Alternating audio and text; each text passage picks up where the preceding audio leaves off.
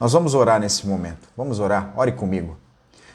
Senhor, nós queremos Te agradecer por mais um dia de vida. Queremos Te louvar, ó Pai, porque a Tua bondade, ela dura para sempre em nossas vidas, Senhor. Perdoa os nossos pecados. Limpa-nos, ó Deus, das nossas iniquidades. Nesse momento, ó Pai, nós nos unimos, ó Deus, como igreja. Entramos como igreja na Tua presença. E desde já, ó Deus, eu quero pedir a Ti que Tu abençoe esse filho, essa filha, que ora juntamente comigo nesse momento, Senhor. Obrigado pelo dia de hoje, pelo dia de ontem, pelo alimento colocado à mesa. Obrigado pela nossa família. Obrigado por tudo que Tu tem feito, Senhor, e por tudo que nós sabemos que Tu ainda irás fazer, Senhor. Em nome de Jesus, nesse momento, Senhor, nós entramos em concordância, Senhor, na terra, para que a nossa oração seja ligada no céu, ó Deus. Eu não sei, ó Pai, o que os Teus filhos têm pedido a Ti nesses últimos dias, Senhor, mas nesse momento nós queremos entrar em concordância através dessa oração.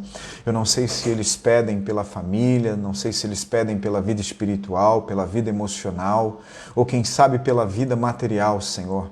Mas nós sabemos, ó Deus, que segundo a Tua palavra, se nós nos unirmos em oração, e entrarmos em concordância aqui na terra, o céu ouvirá a nossa oração, ó Deus, e Tu abrirá, ó Deus, as Tuas mãos ao nosso favor.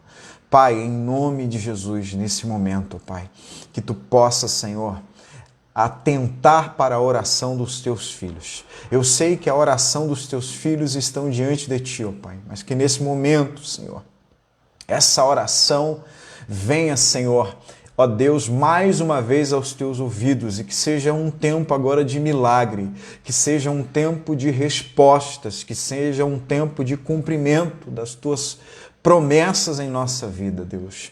Eu entro nos lares agora, Senhor, através da minha voz, auxiliado, Senhor, pelo Espírito Santo, pela Tua palavra, ó Deus, e que haja vida dentro dessa casa, que haja paz dentro dessa casa, Senhor, que haja cura dentro dessa casa, Senhor, que haja milagres dentro dessa casa, Senhor. Essa família, Senhor, é Tua família, ó Deus. Nós colocamos ela no Teu altar agora, Senhor.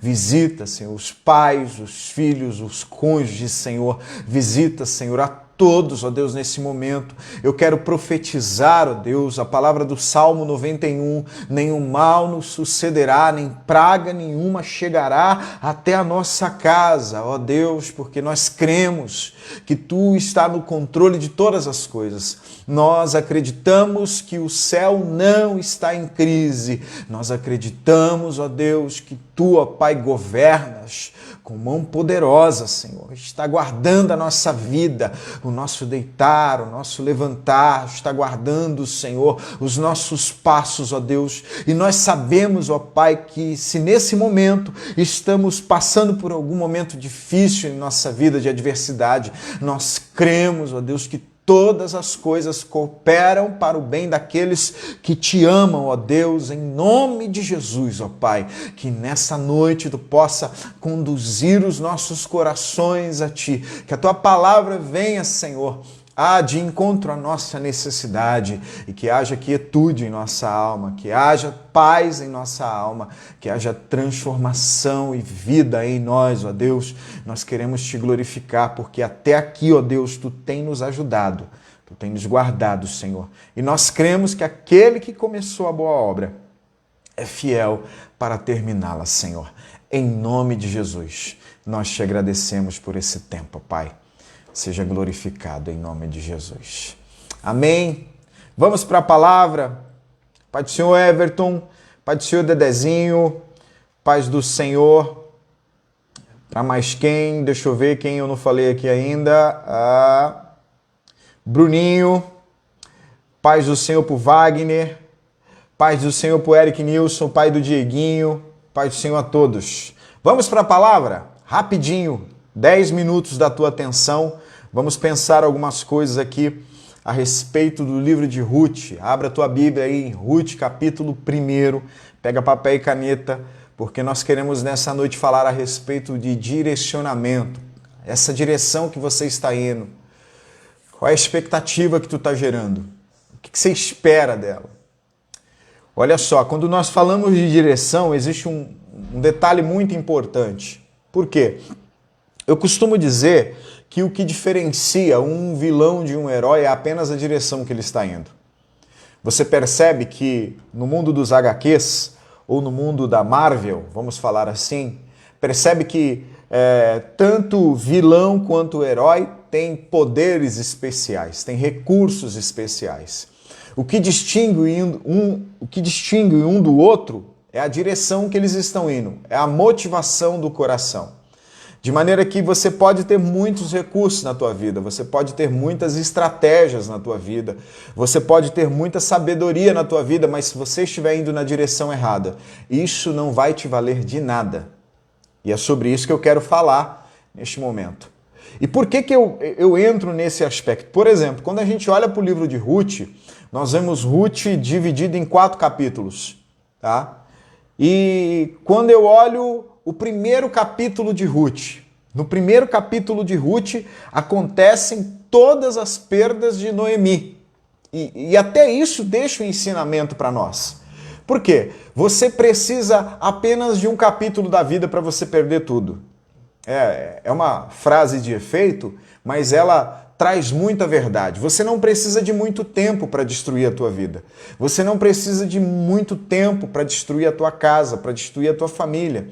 As destruições que estão à nossa volta, elas acontecem de forma muito repentina. Por isso, é muito importante você tomar cuidado. Às vezes uma palavra você destrói um relacionamento de anos. Às vezes uma atitude você consegue destruir toda a sua casa.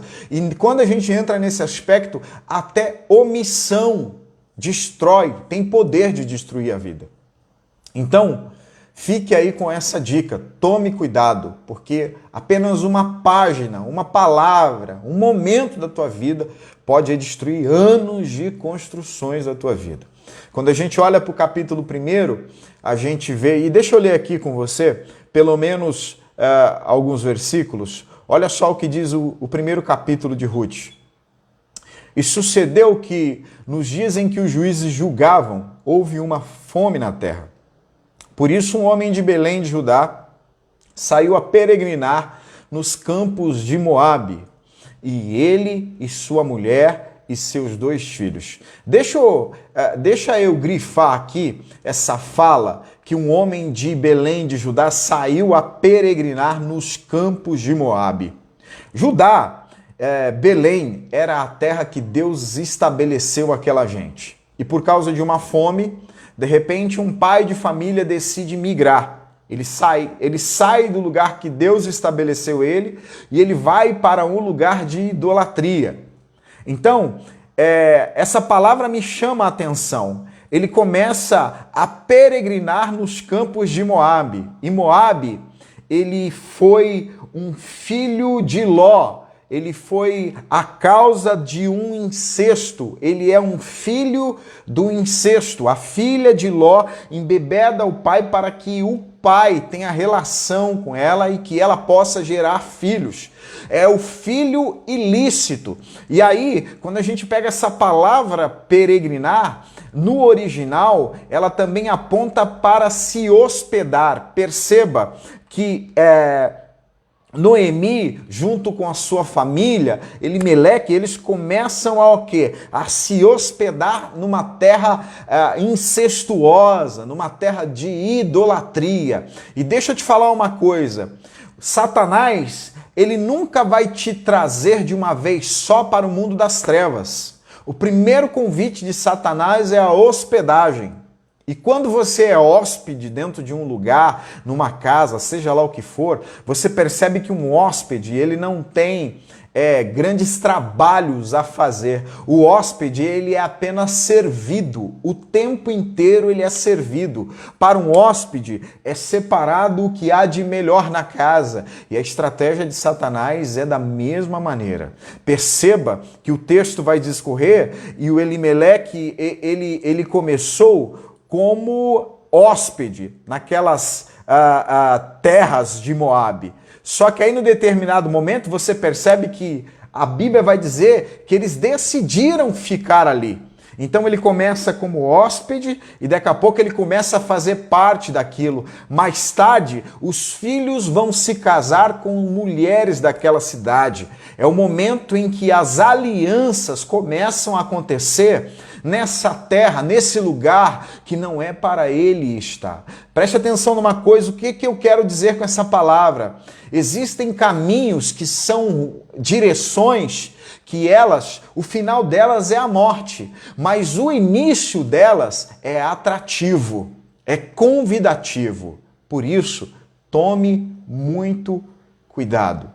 As perdas de Noemi começam a partir desse momento em que Elimeleque começa a peregrinar nesse lugar de desordem espiritual, nesse lugar de desordem de santidade, nesse lugar de desordem moral. Tome muito cuidado com isso. Quando a gente chega no versículo 8 e 9, a gente começa a ver o declínio da família, da vida de Noemi. Por quê?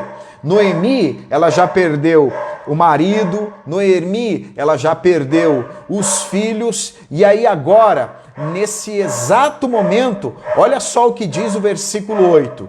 Disse Noemi às suas noras: Ide, voltai cada uma à casa da sua mãe, e o Senhor use convosco de benevolência, como vós usaste com os falecidos e comigo. O Senhor vos dê que acheis descanso, cada uma em casa de seu marido. E beijando-as, levantaram a sua voz e choraram. Deixa eu te falar uma coisa, 2 palavras Noemi vai usar nesse momento em que ela decide voltar para Belém e ela quer que as suas noras, Ruth e Orfa, fiquem em Moabe.